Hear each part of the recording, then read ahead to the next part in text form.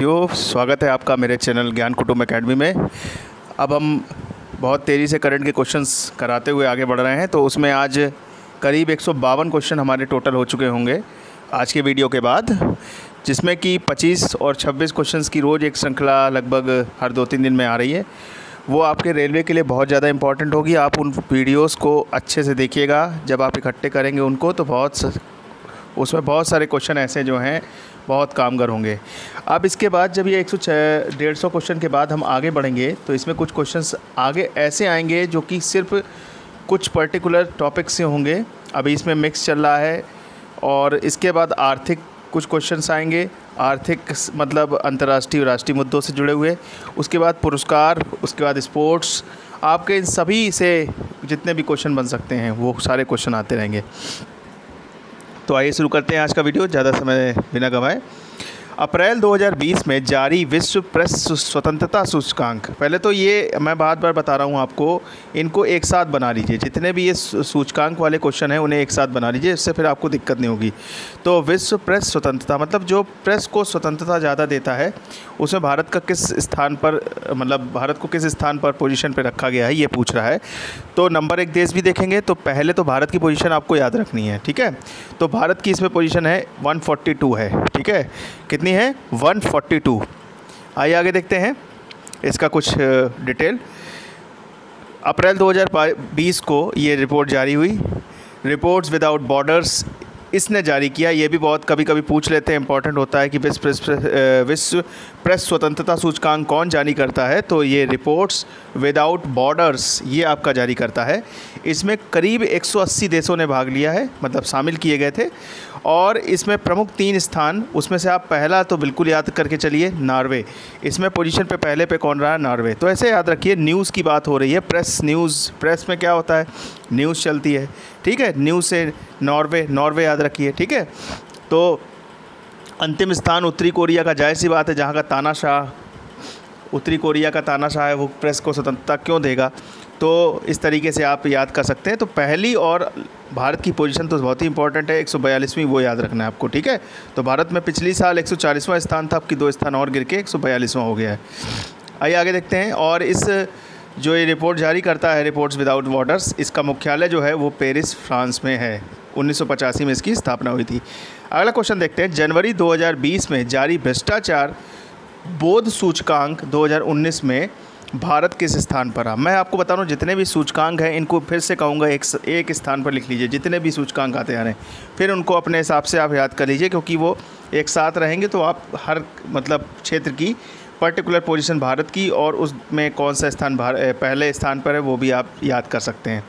तो इसमें जनवरी 2020 में जारी भ्रष्टाचार बोध सूचकांक, CPI जिसको बोलते हैं हम लोग, इसमें जो है भारत रहा है 80वें स्थान पे। पोजीशन भारत की कौन सी रही है?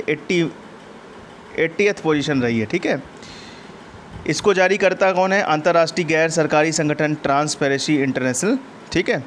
इसमें 180 देश शामिल किए गए थे। भारत का 80वां स्थान है। प्रथम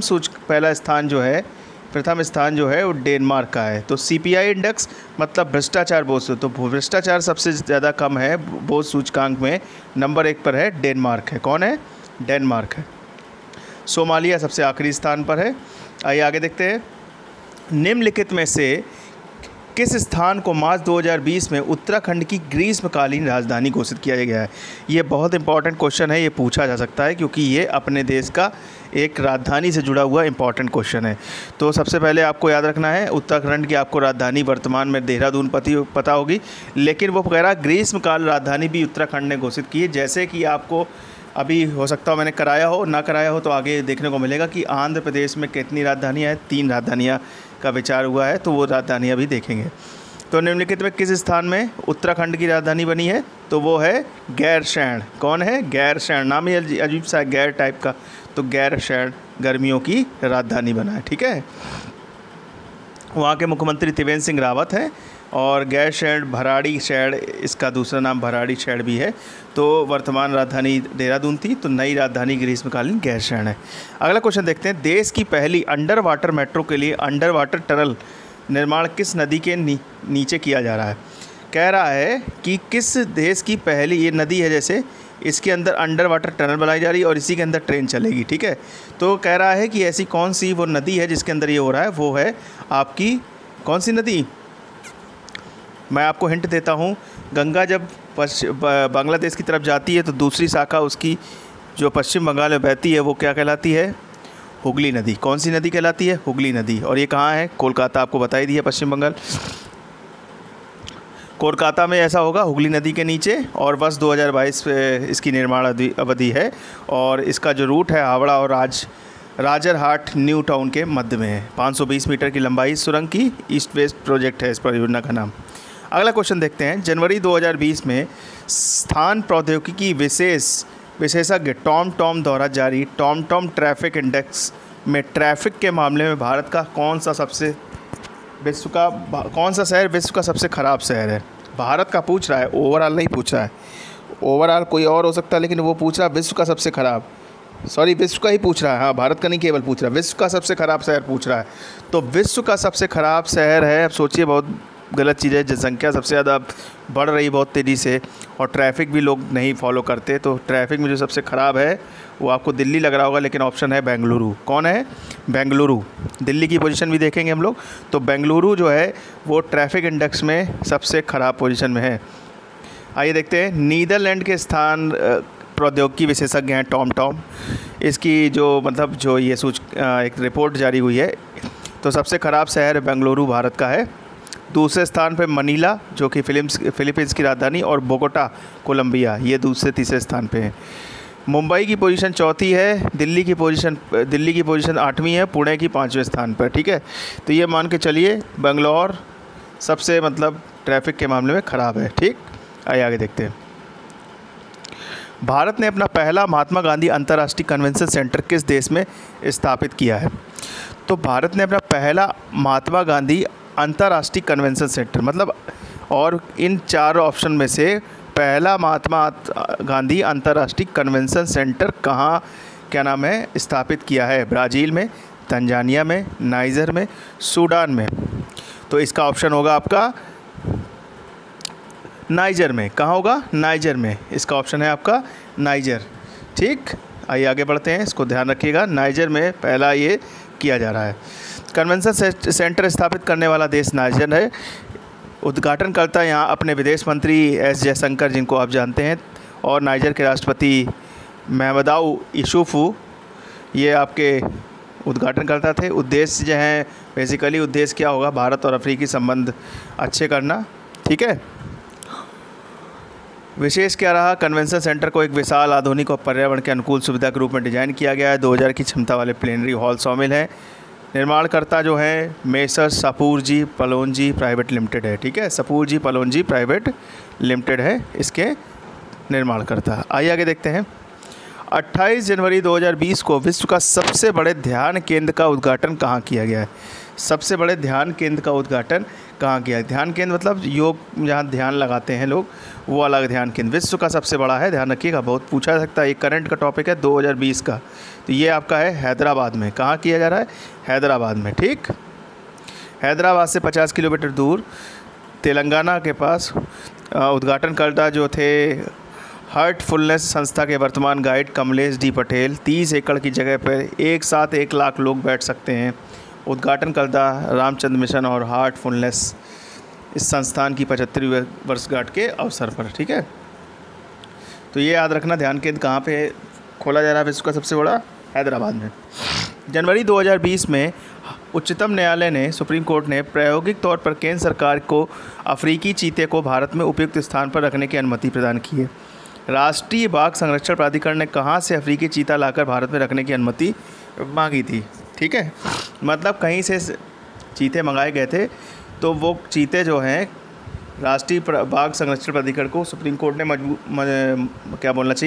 मंजूरी दे दी है। लेकिन वो चीते आए कहाँ से, ये क्वेश्चन पूछा जा रहा है। गाम्बिया, गैबोन, नामीबिया और युगांडा। तो आपका इसका आंसर सही है, नामीबिया। ये चीते कहाँ से आए थे, नामीबिया से, ठीक है। आइए इसके बारे में देखते हैं। राष्ट्रीय बाघ संरक्षण प्राधिकरण ने अनुमति मांगी थी नामीबिया से अफ्रीकी चीता भारत लाने के लिए, ठीक है। इसके लिए 3 सदस्यीय टीम शामिल की गई थी। रणजीत सिंह, धनंजय मोहन और पर्यावरण एवं वन मंत्रालय के वन्यजीव महानिरीक्षक। यह समिति ने अपनी रिपोर्ट हर 4 महीने में देगी। चीते के लिए निर्धारित आवास नैरोदेही wild life sanctuary Madhya Pradesh. यह फैसला सुनाया है।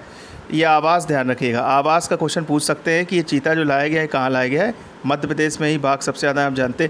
तो नैरोदेही वाइल्ड लाइफ सेंचुरी जो है मध्य प्रदेश में नैरोदेही, ठीक है, वहाँ पर लाया गया है। फैसला किस जस्टिस ने सुनाया? बोबड़े, ऐसे बोबड़े, जस्टिस बोबड़े जो भी सुप्रीम कोर्ट के मुख्य न्यायाधीश हैं उन्हीं ने ये फैसला सुनाया है, ठीक है। अन्य जो न्यायमूर्ति हैं BR गवई और सूर्यकांत वगैरह, ठीक। तो इसको याद रखिएगा आप। चीता कहाँ से लाया गया? नामीबिया से, ठीक है, जिसको क्या किया गया? संरक्षण दिया गया। अगला क्वेश्चन है, नीति आयोग की दिसंबर 2019 की आकांक्षी जिलों की रैंकिंग में उत्तर प्रदेश का कौन सा जिला शीर्ष पर रहा? देखिए, आकांक्षी जिलों की रैंकिंग क्यों होती है? आकांक्षी जिले इसलिए होते हैं, बेसिकली जो कुछ फोकस्ड किया जाता है एरिया में, जहाँ पर थोड़ी सी कमी है कुछ क्षेत्रों में, उनके सुधार के लिए आकांक्षी जिलों की रैंकिंग बनाई जाती है। तो ये कौन है इसमें टॉप किया है? वो है आपका चंदौली किया है। कौन किया है? चंदौली। आइए इसके बारे में देखते हैं। नीति आयोग ने रैंकिंग में शीर्ष जिला चंदौली है उत्तर प्रदेश का। दूसरा बालांगीर उड़ीसा का है। तीसरा YSR आंध्र प्रदेश का है। तो ये जो है ये भी आप याद रखिएगा, बालांगीर उड़ीसा और YSR आंध्र प्रदेश। तो उत्तर प्रदेश का चंदौली है। रैंकिंग का आधार 2019 में 112 आकांक्षी जिलों में 6 विकास क्षेत्रों में हुई प्रगति पर है, ये आधार पर है, ठीक है। आकांक्षी जिला कार्यक्रम जनवरी 2018 में प्रारंभ, मतलब ये जो जिला योजना है, आकांक्षी जिला योजना, ये 2018 से प्रारंभ है। अगला क्वेश्चन है, हाल ही में रूस ने भारत और रूस के बीच हुए रक्षा सौदों के तहत भारत को कब, पहले तो दे क्या रहा है? देखिए, रूस भारत की सेना को दे रहा है S-400 air defence system. S-400 air defence system कौन दे रहा है? रूस दे रहा है। कितनी यूनिट दे रहा है? 5 यूनिट देने की घोषणा की है। कब तक देने की घोषणा की है? वो उससे ज़्यादा इम्पॉर्टेंट ये है कि कौन दे रहा है, क्या दे रहा है, ठीक है। तो दे कब तक रहा है, ये भी इम्पॉर्टेंट क्वेश्चन है। 2025 तक दे रहा है। कब तक दे रहा है? 2025 तक दे रहा है, ठीक है। तो इसको याद रखिएगा। अगला क्वेश्चन देखते हैं। 27 जनवरी 2020 को किस राज्य की विधानसभा ने अपनी राज्य विधान परिषद को समाप्त करने का प्रस्ताव पारित किया है? विधान परिषद आप जानते हैं कितने राज्यों में है, इसका क्वेश्चन आप कमेंट बॉक्स में लिखिएगा। ऑप्शन में देता हूँ 4, 5, 6, 7, तो आपको ये बताना है। तो विधान परिषद अभी इस एक राज्य ने क्या कर दिया है? ख़त्म कर दिया है, ठीक है। तो ये वो राज्य है आपका आंध्र प्रदेश। कौन है आपका? आंध्र प्रदेश। इसने अपनी विधान परिषद को समाप्त कर दिया है। वेरी इंपॉर्टेंट क्वेश्चन, ठीक है, ये पूछा जा सकता भैया, तो ये याद रखिएगा, ठीक। आइए देख लेते हैं। प्रस्ताव की घोषणा तमन्नेनी सीताराम विधानसभा अध्यक्ष है उन्होंने की। पक्ष में 133 सदस्य, जिन्होंने 175 लोग उपस्थित थे, जिन्होंने तय किया कि इसको समाप्त करना चाहिए। विधान परिषद में सदस्य संख्या 58 है। तेलुगु देशम 28 सदस्य, YSR के कांग्रेस के 9 सदस्य हैं विधान परिषद की पार्टियों में। इससे ज़्यादा मतलब नहीं है आपका। विधान परिषद का उन्मूलन, ये अनुच्छेद आप जब पॉलिटी पढ़ेंगे तो उसमें आपको ये सब पढ़ना पड़ेगा। विधान परिषद में ये सब कहाँ पर दिया हुआ है, तो हालांकि ये देख सकते हैं आप कि 169(1) में ये दिया हुआ है। तो अब आंसर मैंने जो पूछा था क्वेश्चन आपको मिल ही गया होगा कि अब 5 राज्यों में विधान परिषद बची है। कौन कौन से? बिहार, उत्तर प्रदेश, महाराष्ट्र, कर्नाटक और तेलंगाना, जितने बड़े बड़े, ठीक है। तो उत्तर में आपका उत्तर प्रदेश है, फिर उसके नीचे बिहार है, फिर नीचे चले जाइए तेलंगाना, और पश्चिम की तरफ कर्नाटक और महाराष्ट्र है, ठीक है। तो इस तरीके से आप याद रखिएगा। अब केवल 5 जगह विधान परिषद बची हुई है। नेक्स्ट क्वेश्चन है, बागवानी फसलों का क्षेत्रफल और उत्पादन 2018-19 के अनुसार पश्चिम बंगाल किस राज्य को पीछे छोड़कर भारत का सर्वाधिक सब्जी उत्पादक राज्य बन गया है? तो इसमें पहले उत्तर प्रदेश आपका आगे था। उत्तर प्रदेश उत्पादक में भी आगे था और उत्पादकता में भी आगे था, लेकिन अब केवल उत्तर प्रदेश, बहुत ध्यान सुनिएगा क्योंकि क्वेश्चन आपका उत्पादन से आता है और उत्पादकता से भी आता है। उत्पादकता होता है प्रति हेक्टेयर आपने कितना पैदा किया है खेत में, ठीक है। तो उत्पादक अगर पूछा जाए तो पहले उत्तर प्रदेश सब्जी उत्पादन में दोनों में नंबर 1 था, ठीक है। लेकिन अब उत्पादकता में तो उत्तर प्रदेश है, लेकिन उत्पादन में, समझ रहे हैं ना, उत्पादन में उत्तर प्रदेश पश्चिम बंगाल से पीछे हो गया है, ठीक है। ये याद रखिएगा ज़रा। तो सर्वाधिक सब्जी उत्पादन अब होता है पश्चिम बंगाल में, थोड़ा ही पीछे, हालांकि 29 मिलियन टन वहाँ है, तो 27.7 यहाँ पर है। और देखिए उत्पादकता की बात मैं कर रहा हूँ, तो उत्पादकता याद रखिएगा, उत्पादकता में उत्तर प्रदेश अभी भी आगे है। गुजरात सेकंड नंबर पे, तीसरे पे पश्चिम बंगाल है, ठीक है। और थोड़ा फल का डिटेल भी है। मैं कृषि का एक दिन एक ऐसा करूँगा, कृषि और खनिज का रिपोर्ट डालने वाला हूँ, वो बहुत इंपॉर्टेंट होगा, वो पेपरों में ज़रूर आता है, तो वो देख लीजिएगा। तो फल उत्पादन में आंध्र प्रदेश नंबर 1 पे, दूसरे पे महाराष्ट्र है, फिर तीसरे पे उत्तर प्रदेश है। मतलब फल उत्पादन में हम लोग तीसरे नंबर पे हैं, ठीक। अगला क्वेश्चन देखते हैं। जनवरी 2020 में दूसरी NIC टेक कॉन्क्लेव 2020 का आयोजन कहाँ किया गया? दूसरी NIC कॉन्क्लेव जो है, ये इसका उद्घाटन कहाँ किया गया? तो इसका उद्घाटन कहाँ किया गया है? नई दिल्ली में किया गया है, न्यू दिल्ली में किया गया है, ठीक है। प्रवासी भारतीय केंद्र आयोजन इसका स्थल था। तो ये जो NIC जो है आपकी राष्ट्रीय सूचना नेशनल इन्फॉर्मेशन सेंटर है, ठीक है, इसका आयोजन करता था। थीम क्या थी? अगली पीढ़ी के शासन के लिए प्रौद्योगिकी। अगली पीढ़ी के शासन के लिए प्रौद्योगिकी इसकी थीम थी, ठीक है। तो याद रखिएगा, टेक कॉन्क्लेव जो है NIC द्वारा, वो नई दिल्ली में है। इसकी थीम थी आयोजित की गई थी नई दिल्ली में, और इसके जो थीम है अगली पीढ़ी के शासन के लिए प्रौद्योगिकी, मतलब जो आपकी अपकमिंग पीढ़ी है उसके लिए प्रौद्योगिकी। अगला क्वेश्चन है, भारत के 71वें गणतंत्र दिवस के मुख्य अतिथि जायर मेसियस बोलसोनारो किस देश के राष्ट्रपति थे? तो आपको पहले तो मालूम होना चाहिए कौन आए थे, ये नाम याद कर लीजिए। बोलसोनारो याद कर लीजिए, मेसियस बोलसोनारो, ठीक है। तो बी से बोलसोनारो, बी से ब्राज़ील, तो कौन सा ये ऑप्शन हुआ? ब्राज़ील, ठीक है। तो 26 जनवरी में ये हमारे मुख्य अतिथि बन के आए थे, ठीक है। क्या क्या हुआ था 26 जनवरी, थोड़ा सा देख लीजिए। इसमें 16 राज्यों एवं संघ राज्यों, क्षेत्रों और 6 विविध मंत्रालयों विभागों की 26 झांकियाँ कुल लाई गई थी, ठीक है। कुल 26 झांकियाँ थी इसमें, ठीक। और हाँ, इसमें क्या खास रहा? पहली बार गणतंत्र दिवस के अवसर भारत के प्रधानमंत्री द्वारा अमर ज्योति के स्थान पर राष्ट्रीय युद्ध स्मारक पर शहीदों को श्रद्धांजलि दी गई। जो नया स्मारक बना है राष्ट्रीय युद्ध स्मारक, आपने देखा होगा उसका उद्घाटन, वहाँ पर श्रद्धांजलि इस बार दी गई है। नई चीज़ थी इस बार, ठीक है। भारत किस देश से पोल्ट्री और डेयरी उत्पादों को आंशिक रूप से आयात करने के लिए सहमत हो गया है? मतलब कहाँ से अब पोल्ट्री और डेयरी उत्पाद भी मंगाएगा? तो इस समय USA से संबंध हमारे थोड़े अच्छे हो रहे हैं, तो USA से सहमत हो गया। हालांकि चीन अभी भी हमारा प्रथम स्थान पे है इन प्रोडक्ट से आयात करने में, ठीक है। तो USA याद रखिएगा आपका, ठीक। अगला क्वेश्चन है, भारत सरकार ने विदेशी सेवा संस्थान, ये बहुत ज़्यादा इम्पोर्टेंट है, ये भी विदेश सेवा संस्थान के नाम में परिवर्तन किया है किस पूर्व विदेश मंत्री को? अब खुद याद करिए, हमारी अभी विदेश मंत्री जो थी पूर्व, सुषमा स्वराज जी, उनकी मृत्यु हो गई थी। तो उनकी मृत्यु के बाद, उनके देहांत के बाद विदेश सेवा संस्थान का नाम उन्हीं के नाम पे रखा गया है, सुषमा स्वराज जी के नाम पे रखा गया है। तो क्या नाम रख दिया गया है? सुषमा स्वराज विदेश सेवा संस्थान, ठीक है, उन्हीं के नाम पर ये रखा गया है, ठीक। आइए आगे देखते हैं। केंद्रीय मंत्री नितिन गडकरी ने कितनी श्रेणियों में राष्ट्रीय राजमार्ग उत्कृष्टता पुरस्कार 2019 प्रदान किए हैं? कितनी श्रेणियों में दिए हैं ये पूछा जा रहा है। तो इन्होंने 7 श्रेणियों में पुरस्कार प्रदान किए हैं। वो 7 श्रेणियाँ क्या हैं ये देख लीजिए। ये हैं परियोजना प्रबंधन में उत्कृष्टता, परिचालन रखरखाव, टोल प्रबंधन, राजमार्ग, नवाचार, चुनौतीपूर्ण परिस्थितियाँ, हरित राजमार्ग। इतनी सब 7 श्रेणियों में पुरस्कार दिए हैं। तो आप संख्या भी याद करिए, थोड़ा सा इनको भी पढ़ लीजिएगा। भारत सरकार ने प्रवासी भारतीय केंद्र के नाम में परिवर्तन किया है, वह नाम किसके नाम पे? अब याद रखिए, जैसे कि वहाँ पर आपका विदेशी सेवा प्रवासी भारतीय के केंद्र के नाम पे किसके नाम पे परिवर्तन किया है, तो इसमें भी विदेश मंत्री हैं हमारी सुषमा स्वराज, तो सुषमा स्वराज भवन के नाम से ये चेंज किया है, ठीक है। प्रवासी भारतीय केंद्र भी विदेश मंत्रालय का काम के अंडर आता है, तो इनका इसमें भी नाम में बदलाव करके विदेश मंत्रालय द्वारा नया नाम प्रवासी भारतीय भवन का नाम सुषमा स्वराज भवन रख दिया गया है। मतलब प्रवासी भारतीय केंद्र जो था उसका नाम सुषमा स्वराज भवन कर दिया गया है, ठीक है। मुख्यालय इसका न्यू दिल्ली में।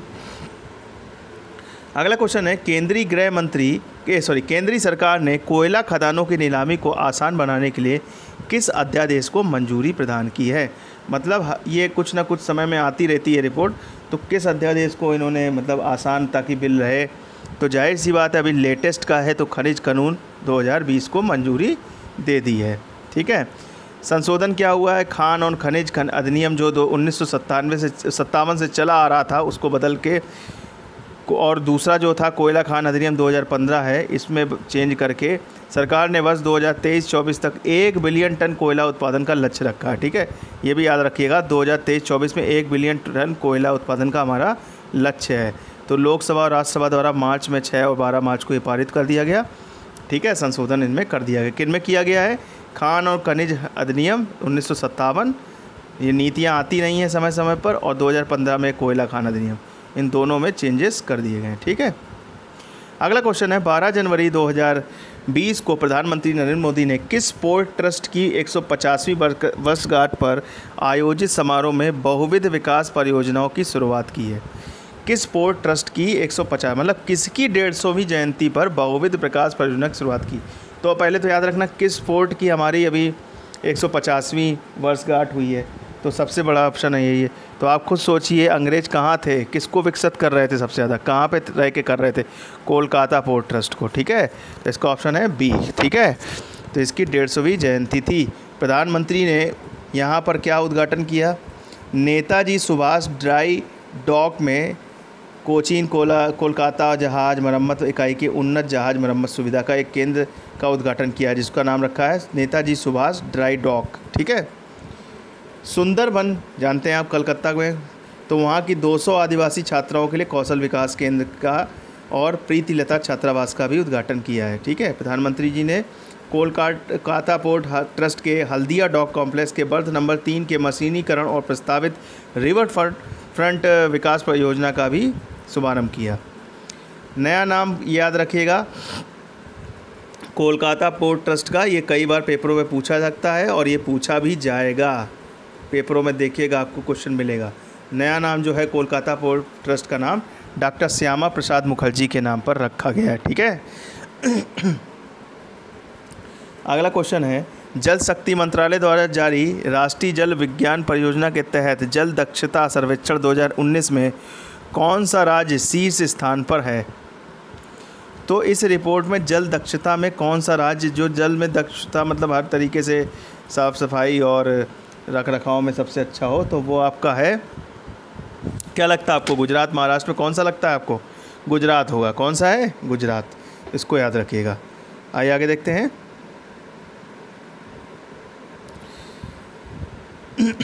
गुजरात पिछले 7 वर्षों से स्थान पे है, ये भी याद रखिएगा। पिछले वर्ष 7वें स्थान पर था, मैं गलत बोल गया, पिछले वर्ष 7वें स्थान पर था, इस बार ये पहले स्थान पर है। अब ये सोचिए कितनी लंबी छलांग इसने मारी है। और अंतिम स्थान दिल्ली का है, सोचिए दिल्ली में पानी की कितनी दिक्कत है, फ्री पानी, फ्री वाईफाई। आइए आगे बढ़ते हैं। शिक्षा की वार्षिक स्थिति रिपोर्ट 2019 भारत के कितने राज्यों और जिलों में किए गए सर्वेक्षण पर आधारित है। तो ये वार्षिकी रिपोर्ट जो शिक्षा की है ग्रामीण वाली, वो भारत के कितने राज्यों और कितने ज़िलों में की गई है। तो इसका ऑप्शन है आपका ऑप्शन नंबर ए, 24 राज्य और 26 ज़िलों में की गई है। ठीक है, तो ये ASER रिपोर्ट है, शिक्षा की वार्षिक स्थिति रिपोर्ट ग्रामीण, इसकी रिपोर्ट 24 राज्यों और 26 ज़िलों में की गई है। इसको थोड़ा सा पढ़ लीजिएगा, इसमें कुछ डाटा है, कितने गाँव आए, कितने घर आए, इसको आप देख लीजिएगा। ठीक, अगला क्वेश्चन है केंद्रीय गृह मंत्री अमित शाह ने Indian cyber crime coordination centre I4C का उद्घाटन कहाँ किया है। मतलब Indian cyber crime coordination centre I4C का उद्घाटन किस राज्य में या केंद्र शासित प्रदेश में किया है। तो वो किया है आपका नई दिल्ली में किया है। कहाँ किया है, नई दिल्ली में किया है। जाहिर सी बात है वहीं करना पड़ेगा, वही हमारी राजधानी है। साइबर क्राइम के विरुद्ध नोडल केंद्र के रूप में ये कार्य करेगा। इसके 7 घटक हैं, इसको आप देख लीजिएगा घटकों को। Cyber crime threats analytic units, reporting portal, cyber crime investing team, forensic laboratory, crime training management unit, investment centre, ये सब हैं इसके अंदर। अगला क्वेश्चन है राज्य ऊर्जा दक्षता सूचकांक 2019 में निम्नलिखित में कौन सा राज्य शामिल नहीं है। ऊर्जा दक्षता सूचकांक मतलब ऊर्जा उत्पादन में जो दक्षों में कौन सा राज्य शामिल नहीं है। ऑप्शन है हरियाणा, केरल, कर्नाटक और उत्तर प्रदेश। तो इसमें भैया आपका जो है शामिल नहीं है वो है आपका उत्तर प्रदेश। तो उत्तर प्रदेश आपका राज्य ऊर्जा दक्षता सूचकांक में शामिल 2019 में नहीं है। ठीक है, इसमें कुल संघ राज्य क्षेत्र 36 हैं, संकेतक 97 हैं। ये सब थोड़ा सा है। इसमें शीर्ष राज्य कौन कौन से हैं? हरियाणा, केरल और कर्नाटक इसमें शामिल। फ्रंट रनर श्रेणी में कोई भी राज्य शामिल नहीं है। अचीवर श्रेणी में ये राज्य हैं। ठीक है, इसमें कुछ श्रेणियां बनाई गई हैं, फ्रंट रनर, अचीवर, कंटेंटर, इंस्पिरेटर, 4 श्रेणियां ये बनाई गई हैं। ठीक है, इसको थोड़ा सा रीड कर लीजिएगा। वैसे इसमें यही याद रखिएगा आप कौन कौन शामिल हैं, कौन कौन नहीं शामिल है। ठीक है, अगला क्वेश्चन है, उत्तराखंड राज्य मंत्रिमंडल ने इको सेंसिटिव जोन के लिए कितने क्षेत्र की मंजूरी दी है? अब ये है क्या, इसको समझिएगा। इको सेंसिटिव जोन मतलब क्यों बनाया गया है, किस लिए हुआ है, तो पहले तो ये भी समझेंगे। तो ये पहले तो एरिया देख लीजिए कितना है। तो एरिया तो आपका 377 वर्ग किलोमीटर का है। ठीक है, अब ये क्यों ज़रूरत पड़ा ये देख लीजिए। तो जिम कॉर्बेट नेशनल पार्क जो है आपका उत्तराखंड, ठीक है, इसमें ये किया गया है। इको सेंसिटिव मतलब क्या है? पर्यावरण और जीव जंतुओं के लिए संवेदनशील क्षेत्रों का संरक्षण। मतलब इको सेंसिटिव, सेंसिटिविटी का मतलब यही है कि जो जानवरों के लिए सुरक्षा प्रदान करने के लिए कुछ क्षेत्र ऐसे हैं जहाँ पर खतरा महसूस होता है, तो वहाँ पर ये जोन बना दिए जाते हैं। तो करीब 370 वर्ग किलोमीटर पर ये एरिया कवर किया गया। और जानते हैं ये जिम कॉर्बेट कहाँ पर है? नैनीताल उत्तराखंड में है। ठीक है, सबसे पहला आपका नेशनल पार्क है। ठीक है, 1936 में ये बना था और इसको पहले हम लोग हैली नेशनल पार्क बोलते थे। हाल ही में किस राज्य का विधानसभा द्वारा सर्वप्रथम नागरिकता संशोधन बिल 2019 के विरुद्ध का, मतलब जो CAA का जो बिल आया था उसके विरोध में कौन सा राज्य ने बिल पारित किया है? तो दोनों ऑप्शन मैं आपको बता दे रहा हूँ, हो सकता है वो आगे मिले या हो सकता हो चुका हो। क्वेश्चन देख लीजिएगा। तो जब आपसे कहे केवल राज्य तो वो तो हो गया केरल, लेकिन अगर कहे केंद्र शासित राज्य तो आपका होगा पौंडीचेरी। कौन होगा?